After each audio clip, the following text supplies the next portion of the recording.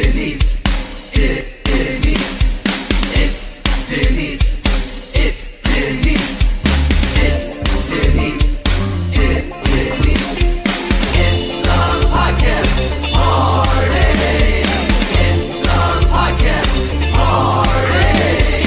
It's a podcast party.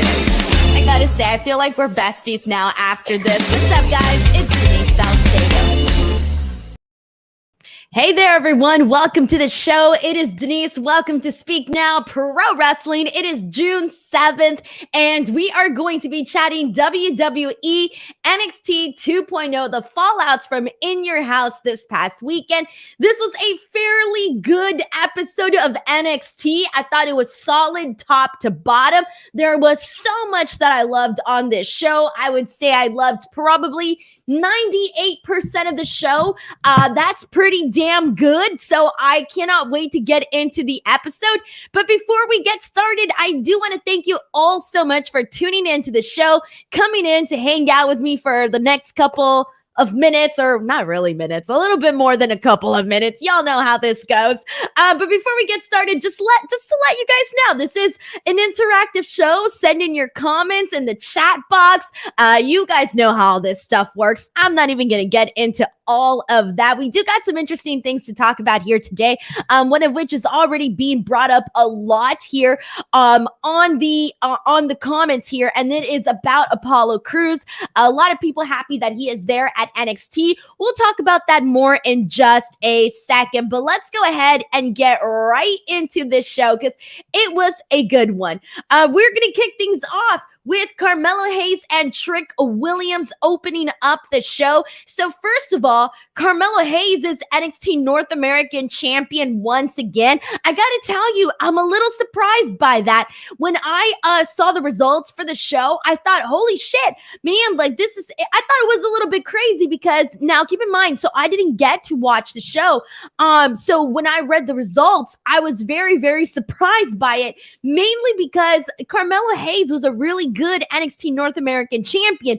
And then Cameron Grimes won the title, and Cameron Grimes has been doing, I would say, a fairly good job as NXT North American champion. It's not like so much happened during his reign, but he's still a really good wrestler. So no matter what, it was going to be enjoyable. So it makes me wonder, like, what is going to be going on with Cameron Grimes as of right now? Like, what is his future in NXT 2.0 look like? If there's a future in NXT 2.0, is he going to be going to the main roster? What's going to be happening?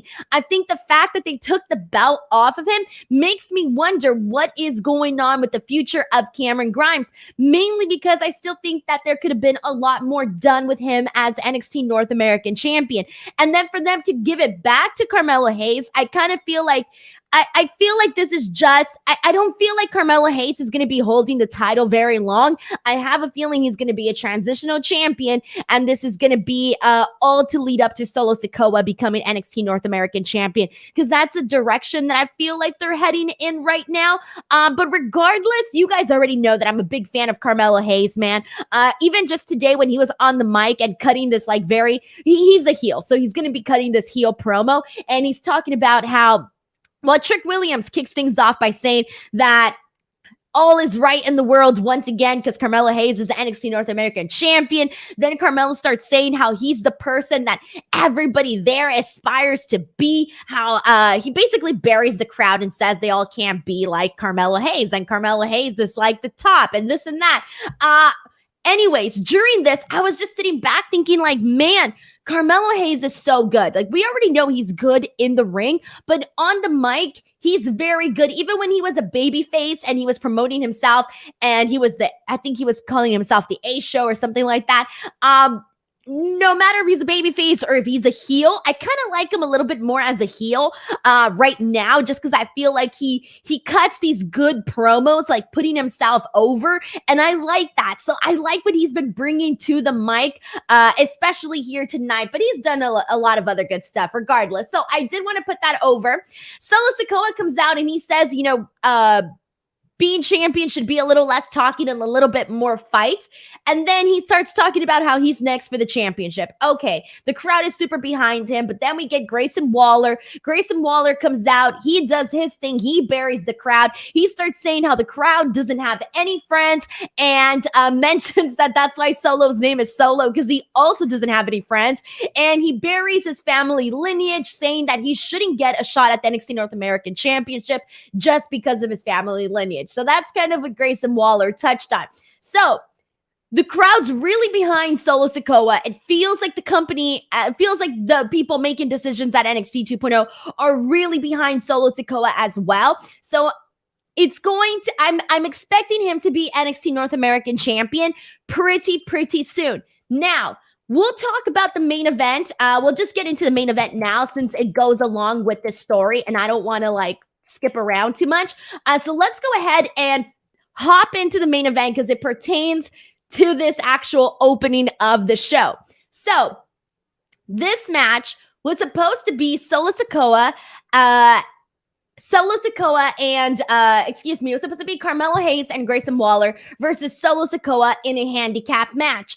But then it ended up being that Apollo Crews ended up being the partner of Solo Sikoa. And we're going to talk more about Apollo Crews in just a second because that goes into another portion of the show. So there's a lot here to talk about. But this ended up being a tag team match. And all I got to say right now is that freaking Apollo Crews looks like he was very hyped to be there, and he looked like he was having the time of his life. Like, I watch Raw, I've seen him on Raw, I've seen him on Smackdown, now for years, right? And I don't, like, the last time that I think he looked this pumped was probably before he went to SmackDown and became champion. When he was on Raw, he was having a couple of good back-to-back matches. Then he went to SmackDown, he became champion. It was pretty decent. But then they did this whole thing with him as I think he was like a Nigerian prince or something, whatever. And he was coming out with the Commander Aziz, and then everything just got a little bit too cartoonish there. And then after that, things kind of went a little bit downhill for Apollo Crews. He hasn't really been doing much as of late. I kind of forgot that he was even on the roster, whatever. So what I'm trying to get at is feels like he's actually might be a little bit excited about this opportunity of him being in NXT. And I want to talk about that a little bit more. But before I get to Apollo Crews and how he came out, this was funny though. In the main event, there was this comment by commentary where they said, this is a different Apollo Crews. This is different from what we've seen before. He looks motivated. And I thought to myself, oh my God. I kind of thought that it was funny that commentary mentioned that because given the fact that, like I just said, Apollo Crews has not really looked all that great on the main roster in the last couple, like maybe like the last year. And then for them to say like, oh, he looks motivated. It's like suggesting he wasn't motivated on the main roster, that sort of thing. But either way, it was a really good main event. Solo Sikoa and Apollo Crews worked well as a team. They both brought a lot of energy. So this was fun. I like this.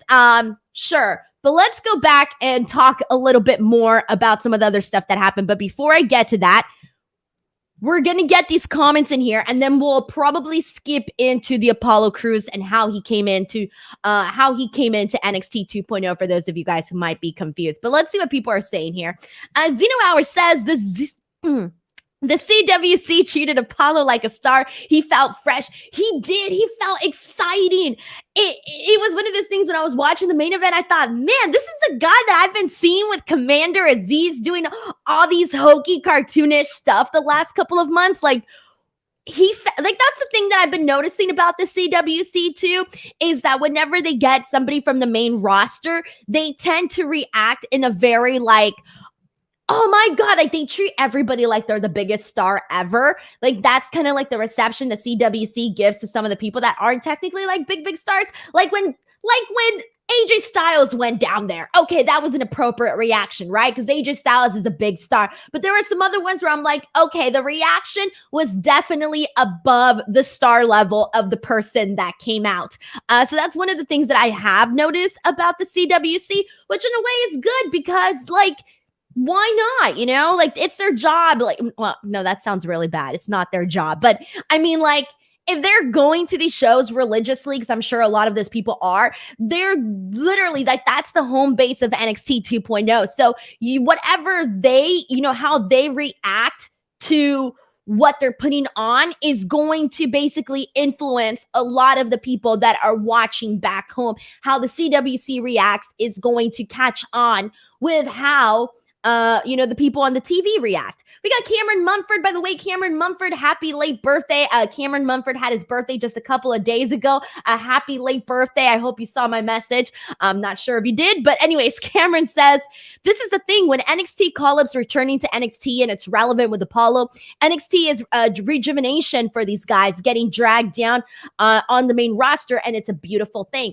See, here's the thing, and let's get into this, guys, because this is going to have to tie in. So, basically, this is how they brought in Apollo Crews to NXT 2.0. Braun Breaker was out there cutting a promo on his match that he had with Joe Gacy. And he was basically saying how Joe Gacy made a lot of things personal, but no matter what, he was not going to be taking the title away from him. He starts talking about how NXT is so special to him. And then out of nowhere, Apollo Crews music hits, and he comes down to the ring and he agrees with Braun Breaker, and he basically says, like, yes, this place is special. I was in NXT once before, but I left a little too soon, and there are still things that I want to accomplish. And then he says that he left with unfinished business from NXT. He says that down the line, he and Braun Breaker could essentially make history, and they shake hands. So that was how they introduced Apollo Crews to this. Now, going back to that comment that we got from Cameron about this being a sort of rejuvenation for certain people that may not be doing much on the main roster. For example, like Natalya. Like Natalya was doing a couple of things on the main roster. She was, tag team champion, consistently on there. But for the most part, like, she wasn't necessarily like maybe like a top star, right? So she went down to NXT. She did the stuff with Cora Jade. That worked out very nicely. Okay, cool. You had Dolph Ziggler who went down to NXT and did that stuff with Braun Breaker. That was, hit or miss. Some people liked it, some people didn't. I was on the did it side because I didn't like how they were hot potatoing the bout. But whatever, that's not the argument here today. The point is that you have these people go down to NXT and make appearances. Like, I don't hate it because I do think that it gives them a little something to do that is, possibly different. For example, the Viking Raiders. The Viking Raiders was just down there with the Creed brothers. That's another one. Little things like that, I think, spice up NXT 2.0, and it might get some people that are still hesitant to check out NXT 2.0. It might get them to check it out. I don't know so much about like Apollo Crews, but when Dolph Ziggler was there, possibly. When AJ Styles was there, definitely. Like, here's the thing. When AJ Styles went down there, I felt like he was too big of a star to be down in NXT 2.0. I felt he was too big of a star and shouldn't have necessarily, he wouldn't have been my first pick to go down there just because I feel like certain people you have to treat differently. Dolph Ziggler going down there, I thought was perfectly fine because he's gonna, he's been with the company so long, he's gonna bring this level of, respect and credibility regardless. So him going down to NXT 2.0 is gonna be exciting for, a couple of people, for his fan base, whatever, right? But here's my thing though. With Apollo Crews, like, yes, this is a rejuvenation and I'm so glad. But here's the thing though, when you treat guys, when you have guys that were like Apollo Crews that aren't necessarily top stars on the main rosters and they're kind of like jobbers, most of the time, right? I kind of feel like having them then come out on NXT 2.0 and challenge or go after the NXT championship or get involved with the NXT champion, I kind of feel like it lessens it a little bit. So I'm not too crazy. I can kind of see it. I see it from both sides. I like it, but then there's part of me that's I feel like there has to be an in-between. There has to be an in-between, like an AJ Styles and an Apollo Crews. Dolph Ziggler was one of them, except he didn't need the NXT championship. So I feel like the people that go down and get involved with the NXT champion, period, they need to be people that like bring up the champion. And I can't think of a good example right now. If somebody else has a good example of somebody that could probably fill in this type of position where I want to see somebody go in there and have matches with Braun Breaker, have a feud with Braun Breaker where like it's going to be good and it's going to put over the NXT champion. Who knows? Maybe Apollo Crews could be that guy. But I do kind of feel like I feel happy for him. I'm excited for him, but I do wish that maybe it was somebody that had just a little bit more credibility, I guess you would say, on the roster to go and have them go in there and get involved with the NXT champion, because how you treat people or how you portray people on the main roster is not going to be forgotten about just because they went to NXT 2.0. Like, I'm not going to forget how things have been pretty hokey with Apollo Crews and Commander Aziz prior. Like, I'm not going to forget that happened when they go down to NXT 2.0. If you get what I'm saying here. So that's kind of what I feel about this. Okay, Zeno Hour actually throws in Ricochet. Ricochet's a good one. Thank you so much for sending in Ricochet. I think Ricochet would be like a really good person to kind of go in that spot too. I mean, but they kind of treat him like a jobber too. But at least he's a, recent former champion. Okay, whatever. YT says R-Truth. Hey, man, R-Truth has won the 24/7 championship how many times? Like over 40 times or something? Hey, maybe you can brag about that. I don't know. Let's see what else we got here. Brandon Rosensen's in a super chat saying, I hope that this is a long-term deal for Apollo Crews and that he's not back at NXT just to put other guys over. I want to see him have some success too. He could have success too, helping put over guys like Braun Breaker, guys. Like, just because he's not, like, I'm not expecting him to become NXT champion. Like, I'm not expecting that to happen. I don't think that should happen because you shouldn't be taking off the title off of Braun Breaker. They shouldn't have done it with Dolph Ziggler, and they shouldn't be doing it with Apollo Crews either. But he can have success in NXT,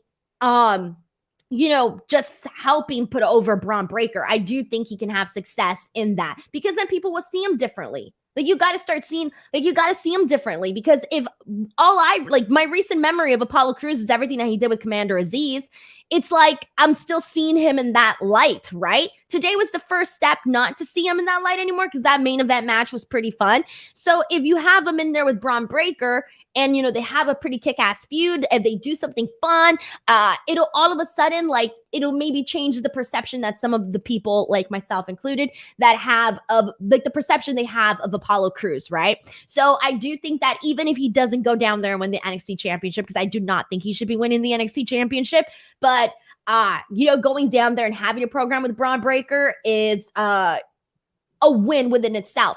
On top of that, though, it does kind of point a light, though, to how they may not have people that they find suitable on NXT 2.0 to compete against Braun Breaker, which is interesting because I do think that they could get creative and watch. Hold on one second. Hold on. I need to look at this freaking roster here because I feel like it's almost telling, though, when you have to bring in other guys, like Dolph Ziggler, etc. Now Apollo Crews, when you bring them down to NXT 2.0 to feud with your NXT champion, it does kind of feel like there aren't very many other options for challengers for Braun Breaker on NXT 2.0. So they got to keep building these guys because the Joe Gacy stuff, like, bless his heart, he was super great in my interview and all of that, but like, it wasn't really, a home run of a feud, it didn't really feel like, the majority of the people actually enjoyed it. So they need to get people that can go out there and have these exciting feuds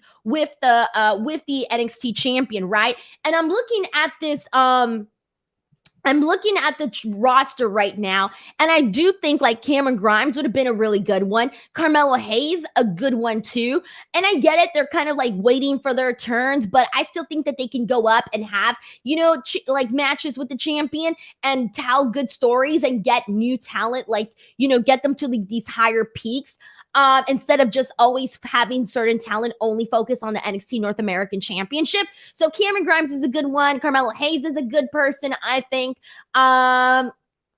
Duke Hudson has the potential too. They just need to really rework and rewire certain things with Duke Hudson. And then let's see who else we got here that could be good. I was going to say Fabian Eichner as his new character, Giovanni, but we'll have to see what they do with him on that end of things. Grayson Waller, they are kind of already touched around that. Let me see who else they got. Hold on one second. I'm going through the roster. Odyssey Jones is still out. Santos Escobar is doing his whole thing with Tony D'Angelo. So that's not really an option. Solo Sikoa could become an option.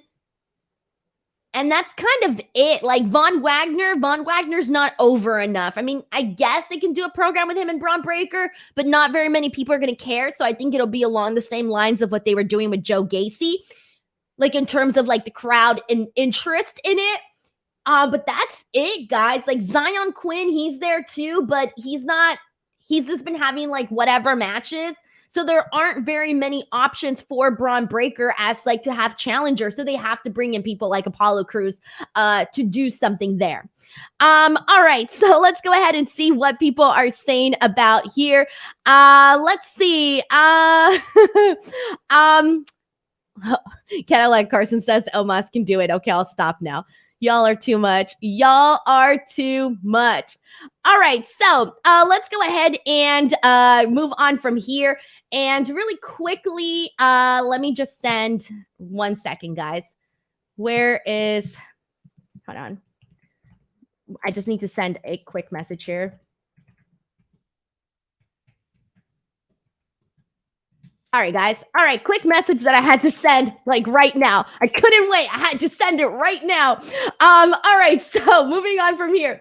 Let's go rewind back up to the top here. So let's get into Von Wagner versus Josh Briggs. So this was a pretty okay little match that they had here. Both of the guys, they started out by like slugging each other, lots of rights and lefts between Von Wagner and Josh Briggs. Josh Briggs is a pretty big guy too, so I kind of liked this exchange between Von Wagner and Josh Briggs because Josh Briggs is also a big guy like Von Wagner.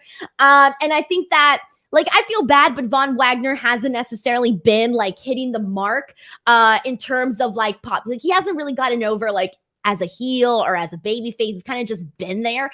But for the most part, I found myself somewhat interested in what he was doing today with Josh Briggs. So that works out good. I liked this. I liked the finish. More particularly, I liked the finish. I didn't want to see Von Wagner defeat Josh Briggs. Briggs ended up using the cast that Jensen had, the arm cast. He uses that to hit Von Wagner. And then afterwards, he clotheslines Von Wagner and gets the win. So I thought that was pretty good. It was a nice little victory for Josh Briggs. And like, I just think there's a little bit more upside to Josh Briggs right now. So I'm glad that they actually gave him the win here. All righty. So let's go ahead and get into the rest of it here. Also, before we continue on, friendly reminder, if you are new to this channel, to F4W Online, friendly reminder, click that subscribe button. I haven't reminded you guys in a bit, so please do. Chances are, if you're already here, you're a subscriber. So make sure you guys subscribe. We are on our way to 100,000 subscribers. Be part of that. Click that subscribe button. And now, let's go ahead and get into Nathan Frazier versus Santos Escobar. So, Legado del Fantasma is now essentially under the orders of Tony D'Angelo and two Dimes and Stacks, his two guys. Okay. So this was really pretty freaking funny. I loved this. I loved everything about this. So I said this on our last show, and I got to say it again, guys. Santos Escobar and everything that they're doing with Tony D'Angelo and their guys has legitimately been one of my favorite things on NXT 2.0. I've put over like the storytelling, the skits, all of that. I think that Santos and Tony kind of have this really good chemistry with one another. And so I feel like they are doing they're doing a good job, guys. Like, shit, they're doing a good job. I'm digging it. Anyways, and now I'm starting to like how Tony D'Angelo's like bossing around Santos Escobar. They had this like backstage segment where he's like having him get out of his suit to go and wrestle a match. He's like telling the other members of Legado del Fantasma like to go and do like, you know, errands and whatnot. I love that. I especially love it because all of Santos Escobar's facial expressions have been pretty freaking hilarious. Like he just looks so irritated. He has the Fuchi face going. If you did not know what the Fuchi face is, it's literally just this, like that. I love it. I freaking love it. So anyway, so we got Nathan Frazier versus Santos Escobar. Tony D'Angelo is on commentary. And now I need Tony D'Angelo on commentary all the time. And the reason I say that is there was a moment where Santos Escobar had a rest hold on Nathan Frazier. And Tony D'Angelo was like, this is boring. This is boring. Do something. Do something. If I could have Tony D'Angelo on Raw or on SmackDown saying this is boring, do something whenever we have a bunch of rest holds, I will take it. I will take it.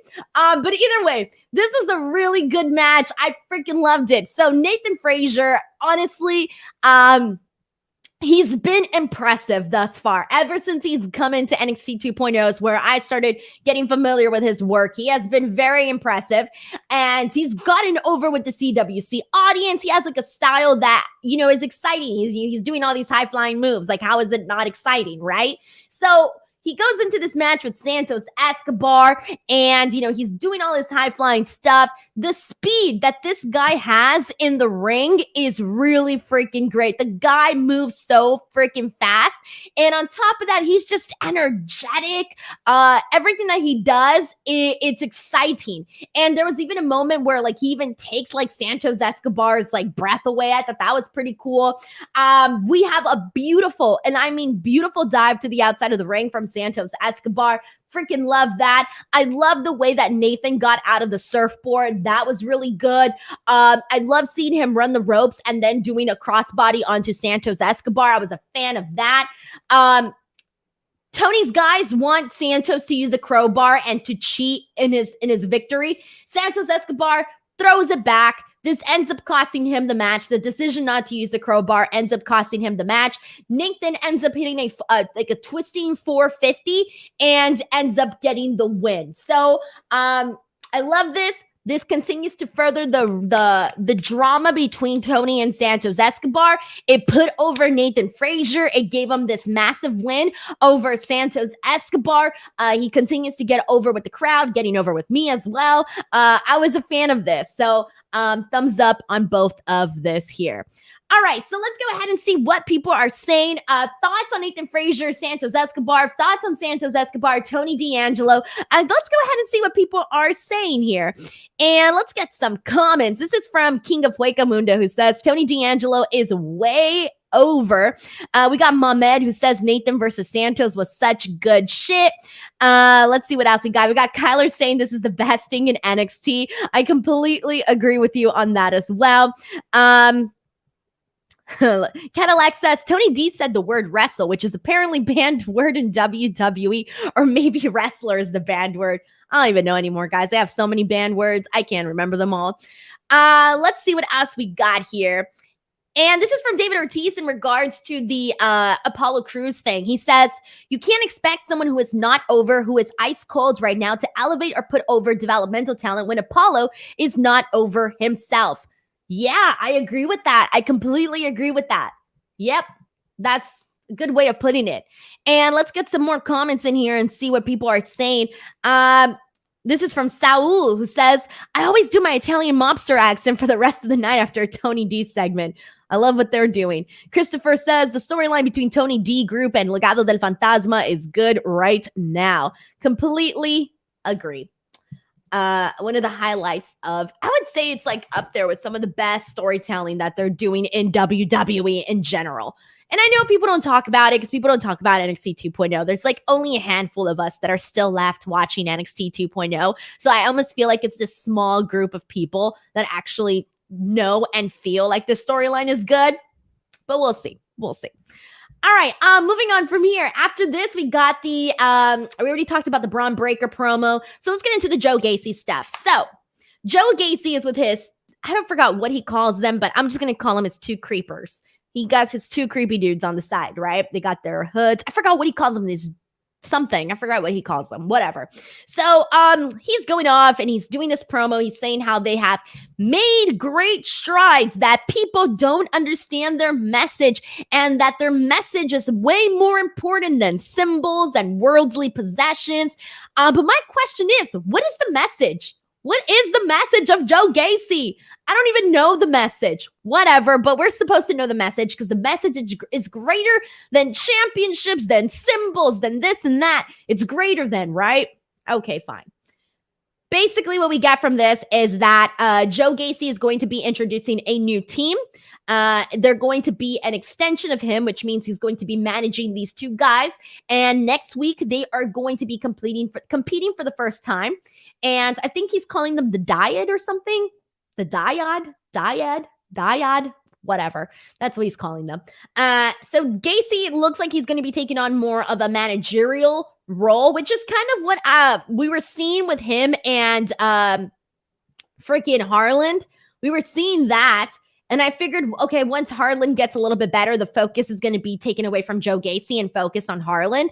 But things ended up switching up, and now Harland is, gone. So that's not a thing anymore. So now it looks like they've shifted directions, and instead he's going to be managing this team. The Dyad? The Dyad? That's who he's going to be. That's who he's going to be managing. Cool. I'm here for that. Mamed says he called them the Creepers. Let's see what else we got. Cadillac Carson says he called them the Dyad, but his two Creepers is better. He should just call them the two Creepers. That's it. I'm good with that. And yes, the Creepers are going to wrestle next week. They're totally going to wrestle the week. Alrighty. But before we go ahead and continue on with the show, because we do got a couple more items to touch base on, give me a second, ladies and gentlemen, to promote and show some love to WrestleRumble.com. WrestleRumble.com are the official sponsors of the Speak Now Pro Wrestling podcast. So, as wrestling fans, we spend a lot of time talking about wrestling, predicting what is going to happen, and so on. Well, what if I told you could do all of that and possibly make some real cold, hard cash? Well, turns out that you can. For all major pay-per-views or premium live events, you can head on over to WrestleRumble.com and answer prop questions, and you can win some money. Money, money, money. All you got to do is answer the prop question, score some points, and you have a huge possibility of winning actual money. I mentioned this on one of my previous shows, but a person who entered, one of my followers who entered for AEW Double or Nothing actually won $1,000. Like, I'm not kidding you guys. He won $1,000. Anyways, once again, make sure to check out WrestleRumble.com. You never know. You guys can win some money too. And it's fun. Let's be real. It's fun. And you're going to be more invested in what you're watching because you're going to want whatever it is that you predicted to actually happen. So if you want to make your viewing experience a little extra special, once again, please check out WrestleRumble.com. Show them some love on Twitter and or Instagram at WrestleRumble. All righty. And now let's go ahead and go back to the show. All right. So let's go ahead and get into the finals of the NXT Women's Breakout Tournament. We had Roxanne Perez versus Tiffany Stratton. So first of all, I have a lot to say about this. All right, I'm going to start off with the story that they were telling here. The story here with Roxanne Perez and Tiffany Stratton is that they're both had two very different journeys to this point. Obviously, Tiffany Stratton was a last-minute replacement into the breakout tournament, whatever. But the story is that she's made her way to WWE, and things have, fairly been easy for her, right? That she's been doing things on daddy's dime. Okay. And then Roxanne Perez, her whole thing is that she dreamed, she worked hard, she finally made it. So they were kind of showing the two different routes that both of these women took to WWE. After this, there was a segment in which Tiffany refers to Roxanne Perez as a little girl and not a woman. Well, let me tell you guys, as a female, nothing is more savage, nothing is more embarrassing than another woman saying you are not a woman, calling you a little girl, just because, obviously Roxanne Perez, she's smaller in stature. She's just tinier, right? Like, that's just who she is. She's just a petite girl. Man, So I just gotta say, as a fellow petite girl who has stood next to a taller woman and knows how it feels, you do kind of feel like a little girl when you're standing next to like more taller women. So when Tiffany Stratton straight out told Roxanne Perez, "You're not a woman but a little girl," I was like, damn, really good, very mean burial. Loved it. I love savage Tiffany Stratton. The more savage, the more mean, the more I am here for it. Please let her be mean. I'm here for that. Anyways, this match was really good. I want to start off by saying that so we did get to see Tiffany Stratton dominate Roxanne Perez for a bit here in this match, but I want to kind of talk a little bit about Tiffany because when she came in, we kind of saw that she was very athletic right off the bat. You know, we saw her do a lot of these, gymnastic type of stuff that she incorporated into her wrestling because that's, a huge part of her background, right? But it was still like her timing was a little bit off. Like things weren't really like things weren't really looking so great, right? In the beginning. They weren't looking terrible, but they weren't looking great either. She was just so. Well, anyways, from the first day that we were introduced to Tiffany Stratton in NXT 2.0 to today when she's doing this finals match with Roxanne Perez, and it really hasn't been that huge of a time period. But during that time period, we have seen a massive amounts of growth in Tiffany Stratton in terms of her in-ring skills. She has gotten a more crisp. Her execution is a lot better. Before, she used to do the her backflip that she does and into the back elbow, and it wasn't always perfect. Like sometimes it was like all weird and loopy and this and that, right? She's doing that. Everything that she's doing is a lot more, she's a lot more in control, and she's incorporated it nicely into her wrestling, her gymnastics into her wrestling. And even today when she did that backflip with the back elbow, like it looked really good. It looked great when she did the moonsault, beautiful moonsault. She goes for the moonsault. She does the moonsault, but Roxanne ends up moving out of the way and she ends up hitting the pop rocks, and that's how Roxanne Perez ends up winning the actual match. But I loved it. I thought this was really good, and the right call was to have Roxanne Perez win. From the very beginning, I was out here saying, this tournament was meant for Roxanne Perez. She's the favorite. She's the person that everybody's been rooting for, and oh my God, we love Roxanne and this and that. So we want to see her thrive, and her winning this tournament was really step one into her actually being able to do that. And so I was very happy to see her win, but I'm also very happy to see the growth in Tiffany Stratton. Like she's usually become one of my favorite like women to watch on NXT 2.0. I'm very excited to see where she goes from here.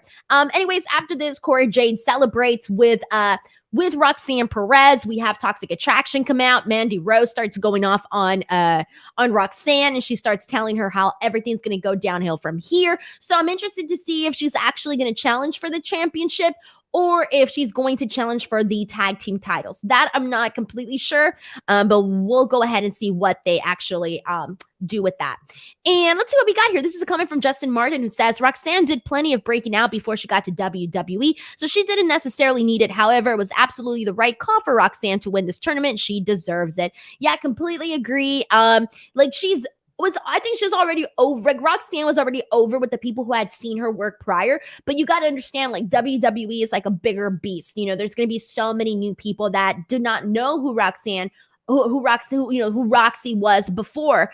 They now know her as Roxanne Perez, and they may not know anything else about her. So I do think that like she needed it, not for those fans that already knew what she can do, but she needed it to kind of like, have something to really like make her be like, okay, well, I already got step one. Step one is having people, like a core group of people rooting for me on this brand. Step two is getting these new viewers. And how are you going to get these new viewers and these new fans to embrace you? Well, becoming a force to be reckoned with on the roster. And how do you do that? Win this tournament. Get your name out there. So that's kind of how I feel about all of that. All right. So let's go ahead and see. Let's see what else we got all about this. We got Zeno Hour saying Roxy and Tiffany Stratton killed it tonight. Tiffany Stratton improvement is amazing. And then we got, let's see what else we got here. We got Mohamed saying she made her debut 7 months ago. So yeah, that's not too long ago. Like there's people that have been doing it for a lot longer and you don't see like massive growth. But we have been seeing it in Tiffany Stratton. All right, let's go ahead and move on from here. Let's see what we got. All right, so friendly reminder that the NXT Great American Bash will be airing on July 5th. That's going to be happening. We also had Andre Chase versus Pretty Deadly. This was the only portion of the show from NXT tonight that I didn't like, mainly because I didn't like how long Andre Chase actually lasted in this match with Pretty Deadly because he didn't have Bodie Hayward with him. Bodie Hayward was taken out before the match. I think Pretty Deadly should have won a lot faster, so that's the reason why I wasn't too crazy about it. But in the end, we do end up seeing Pretty Deadly win. But I think this should have been a faster match. We shouldn't have gotten to the point where Bodie Hayward was out there crawling, trying to make it to the match. No, these are former NXT Tag Team Champions. They should have won this match like this, like super fast. All right, moving on from here, we got Alba Fire versus Tatum Paxley. And this was an okay match. And it was funny, too, because after this, I immediately thought, like, man, so Alba Fire wins with her swanton. It looked a little bit weird because I think Tatum moved or she didn't move. I don't know. It didn't look super great. Whatever. But it was still a good victory for Alba Fire. But the first thing, like what I was going to come out here and say was, oh man, like, you know, Alba Fire is great and all, but she doesn't really have a story. Like she needs a story. She needs a feud, right? She needs something to go down for her on the show. She's just going out there and she's having matches, but that's about it. There's nothing else to add to that. And I literally wrote that on my notes. And the second I like wrote that, all of a sudden we got this big boot from Lash Legend. She comes out and like big boots Alba Fire right to the face. Looked pretty brutal. So now we know the direction where they're heading with this is Alba Fire and Lash Legend. Okay, fine. Whatever.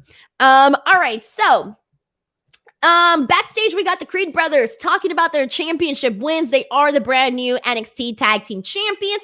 I'm laughing because the belts look so incredibly tiny on the Creed brothers. It's pretty damn hilarious. But anyways, so Idris, I was gonna say Idris Elba. All the time I want to say it. Idris and Malik, they come out and they basically tell the Creed brothers, like, hey man, we want a title shot. And the Creed brothers are like, all right, let's do it. Let's have a title shot. It's cool. So they're like friendly about it, right? And they say, yeah, awesome. So then Roderick Strong gets super pissed and is like, why the hell are you guys giving out title matches like it's freaking Christmas, right? So he's mad that they accepted the challenge. Fine, because we already know that they have beef. Cool. We got another promo for Giovanni Vinci? Yeah. Who's officially Fabian Eichner, and he's going to be making his debut next week. Cool. That's it. Oh, shit. Okay. And then, okay, because I already talked about the main event. And then afterwards, next week, they did announce Creed Brothers versus Idris and Malik for the title shot. And then we're also going to be getting Cora, Jade, Indy Hartwell, and Roxanne Perez are going to be teaming up to take on Toxic Attraction and a 6-woman tag. Oh, man. Giovanni. Thank you, YT. Giovanni. I'm like, Giovanna? I know it's not Giovanna, but I'm like, what is it? Giovanni. Thank you. All right. There you go. That was NXT 2.0 for you here today. Thank you guys so much as always for tuning in. I hope you guys had a good time. If you did, please let the people know about the show. Spread the word. Tell them like, hey, I watch Speak Now Pro Wrestling with Denise Salcedo. It would really mean a lot to me. Tweet it out, tag me. I'll retweet you anytime people promote my show. Always make sure to retweet them because if you help me, then, you know, I just want to show back the favor. But either way, as always, I will be back tomorrow for AEW Dynamite coverage. And then I will be back here on Friday to chat Smackdown and Rampage. Thank you guys so much as always. I'll see you all later. Bye, everyone.